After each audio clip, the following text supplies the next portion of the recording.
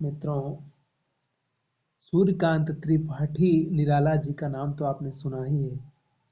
उनकी सबसे प्रसिद्ध कविता, आख्यानमय कविता राम की शक्ति पूजा। कौन सी है राम की शक्ति पूजा? तो जब राम और रावण का युद्ध चल रहा था और राम लगातार हार रहे थे, उनका मन निराश हो गया था पूरी तरह से, और उस निराशा से निकलने के लिए वो शक्ति की आराधना करते हैं। असल में इस कविता का संबंध राष्ट्रीय आंदोलन से है, जो कि भारत की आज़ादी को प्राप्त करने के लिए मूवमेंट चल रहा था। उस मूवमेंट से जोड़ते हुए निराला जी 1936 में कविता आती है, और जिस प्रकार से भारतीय जनता आज़ादी रूपी उस शक्ति की साधना कर रही थी, उसी प्रकार से निराला के राम, असल में राम उस जनता के ही प्रतीक हैं जो कि आज़ादी के लिए लड़ रही है, और जिसको यकीन है कि एक दिन इस आज़ादी को हासिल करके रहेंगे, क्योंकि शक्ति की करो मौलिक कल्पना, और होगी जय पुरुषोत्तम नवीन, क्योंकि हम सच्चाई के लिए और सत्य के लिए लड़ रहे हैं। इसलिए निराला को पूरा यकीन है कि एक दिन ये मुल्क आज़ाद होगा, और इन विदेशियों से, इन यहूदियों से, इन अंग्रेजों से हमें मुक्ति मिलेगी, और हम एक आज़ाद मुल्क में सांस ले रहे होंगे। और आज हमारा सौभाग्य है कि हमारे पुरखों ने वो लड़ाइयाँ लड़ी, सेक्रीफाई किया, और उस आज़ादी का हम आज भोग कर रहे हैं। तो राम की शक्ति पूजा में जिस समय का दृश्य है, ये पहले की 18 पंक्तियां बहुत इंपॉर्टेंट है, क्योंकि इसमें क का की का उपयोग नहीं किया, और निराला कुछ छंदमुक्त कविता की बात करते हैं, लेकिन ये छंदमय बद्ध कविता है और बहुत ही प्रभावशाली पंक्तियां हैं। इसमें 18वें दिन के जब युद्ध अस्त हो जाता है और लगातार हार हो रही है, उस समय के बारे में निराला क्या लिखते हैं, मैं पंक्तियां एक बार पढ़ देता हूँ और फिर मैं व्याख्या करूंगा अपने तरीके से।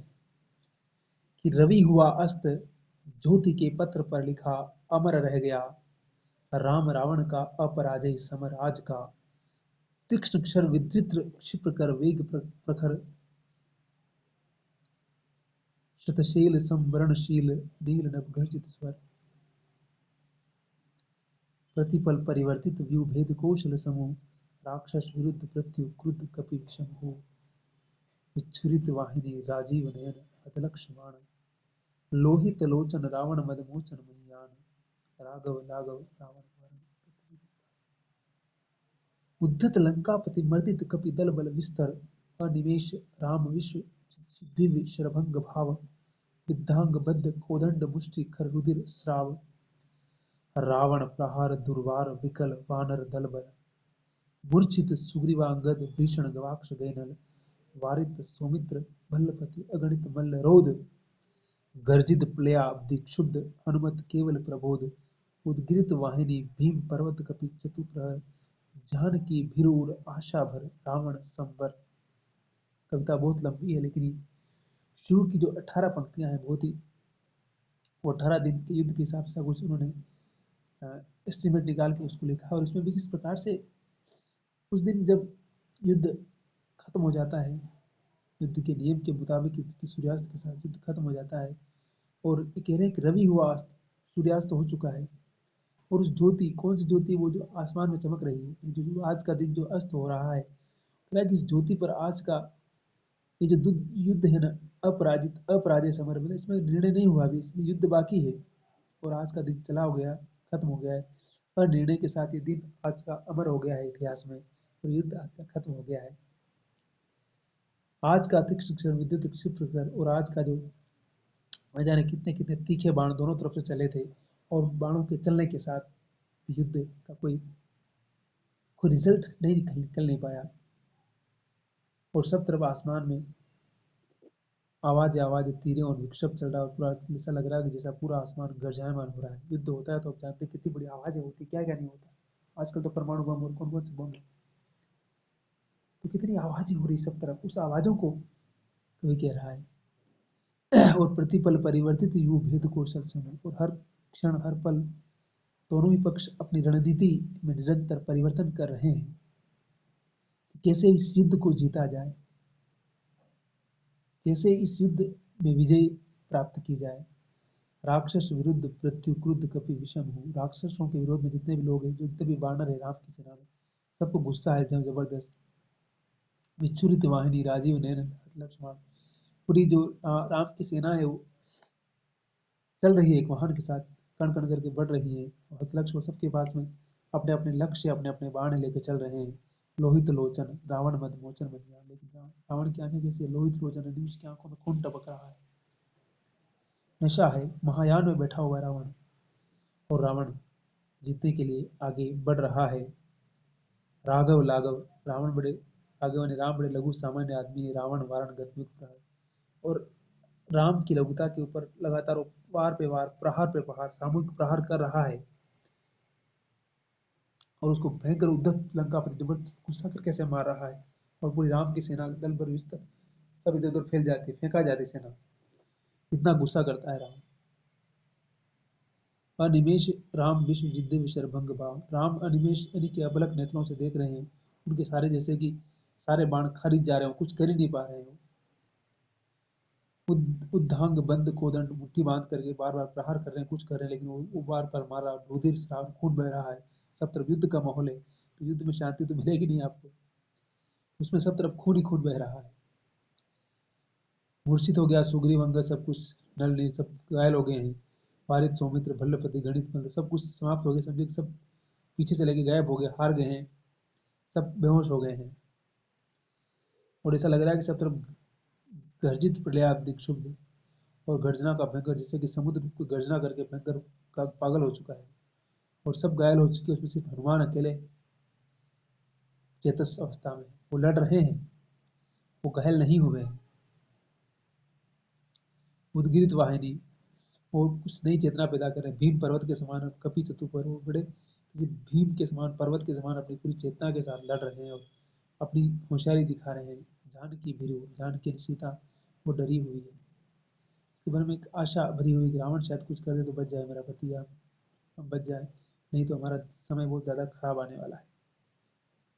आशा भरी हुई रावण की, शायद रावण इस बात को समझ ले, संभर कर ले, और हमारा कुछ हो जाए। तो ये 18 पंक्तियां बहुत इंपॉर्टेंट है, और बाकी बाद में लंबी कविता है, उस पर हम आगे विस्तार से बात करेंगे। ये कविता ज़रूर पढ़ी जानी चाहिए, और धीरे धीरे और इत्मीनान से पढ़ी जानी चाहिए। ये नेट के पाठ्यक्रम में शामिल है, और तमाम परीक्षाओं में इसमें से सवाल आते रहते हैं। और निराला की सबसे फेमस और उनके जीवन संघर्ष के उस साहस को इंगित करने वाली कविता है।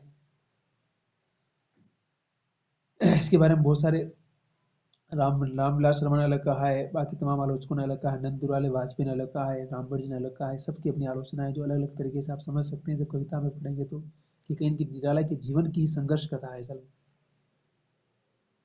निराला इस जीवन को साध रहे हैं, लेकिन वो बार बार साधते हुए भी असफल होते जाते हैं, क्योंकि उनके जीवन की कुछ परिस्थितियां इसी तरह की थी कि जीवन उनका त्रासदी से भरा पड़ा था, दुखों से भरा पड़ा था। राम की तरह उनके जीवन में भी संघर्ष ही संघर्ष था। लेकिन राम के साथ तो उनकी पत्नी सीता थी, लेकिन निराला के साथ तो कोई भी नहीं था। फिर भी वो जीवन की समर में लगातार हारते रहे, लेकिन लड़ते रहे। वो लड़ते रहे, हंसते रहिए, मुस्कुराते रहिए, खुश रहिए, आबाद रहिए, और आगे बढ़ते रहिए। और हमारे चैनल पर आइए, इसको सब्सक्राइब कीजिए, और बेल आइकन दबाइए, और कमेंट कीजिए, और मस्त रहिए। और हमारे लिए प्रार्थना कीजिए कि हमारा चैनल चले, और हम आपके लिए जितना अधिक मेहनत कर सकेंगे मेहनत कर रहे हैं, और मेहनत करते रहेंगे। बस आपसे गुजारिश है, और इस सृष्टि से, इस यूनिवर्स से यही गुजारिश है कि हमारे चैनल को चलाएं। हम सबके प्रति शुक्रगुजार हैं, सबके प्रति आभारी हैं। धन्यवाद। खुश रहिए, मुस्कुराइए, और लाफ्टर कीजिए। Laughter is the medicine, laughter is the medicine. याद रखिए, लाफ्टर इज द मेडिसिन। और जीवन में वो दिन, जिस दिन हम हंसते रहिए, वो जीवन का सबसे बेकार दिन होता है। इसलिए हंसते रहिए हमेशा, और अपने अवसादों को, अपने दुखों को भुला दीजिए, और मुस्कुराते रहिए, खुश रहिए, आबाद रहिए, और जीवन में हमेशा उम्मीद लेके चलिए, आशावान रहिए, और हार नहीं मानना है, गिव अप नहीं करना है, चलते जाना है।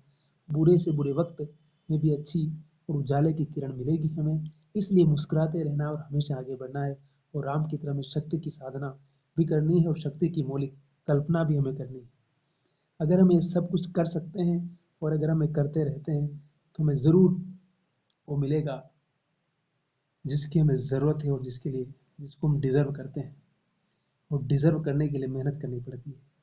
बस मेहनत तन मन धन से करना है, अपने आप को खो देना उसमें। आबाद रहिए, फिर कहता हूँ मुस्कुराइए, और मुस्कुराते रहिए और काम करते रहिए बस। वक्त की इज्जत करेंगे हम तो वक्त हमारी इज्जत करेगा और हमें सब कुछ देगा जो हम चाहते हैं। और अगर हम वक्त की इज्जत नहीं करेंगे तो वक्त एक दिन हमें जमीन दोज इस तरह से करेगा कि हम जिंदा होते हुए भी अपने आप को जिंदा महसूस नहीं कर पाए। तो बस हर पल कीमत है, हर पल जिंदगी हमारी है, इसको जीना है और नेगेटिविटी से बिल्कुल बाहर निकलना है। नेगेटिविटी जिंदगी में लाना ही नहीं है।